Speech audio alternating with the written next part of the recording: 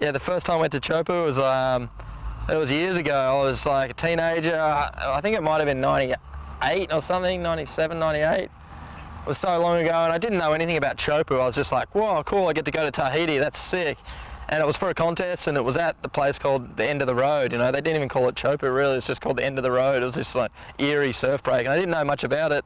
And so we got out there. I remember surfing a couple heats, and it was like kind of 4 to 6 foot and onshore. And I remember my first heat, I hardly even got to free surf it before I surfed a heat, but I remember surfing a heat there, and it wasn't really tubing because it was onshore, but I remember going for a couple turns, and I remember this one wave in particular. I remember it so clear. I was only 17, and I remember I did like a turn, and then I went up for a floater, just kind of just an everyday little floater. I thought it was just kind of casual, and the thing just pitched out so hard, and I was just like, didn't realize what I got myself into, and ended up just launching into this massive floater, and it nearly buckled me. I mean, I handled, but it was like the scariest thing. I was just like, whoa, that wave had some serious power.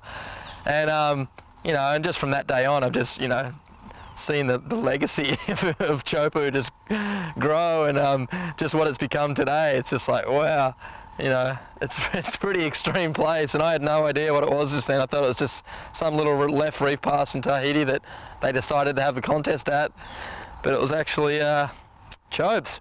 There it is.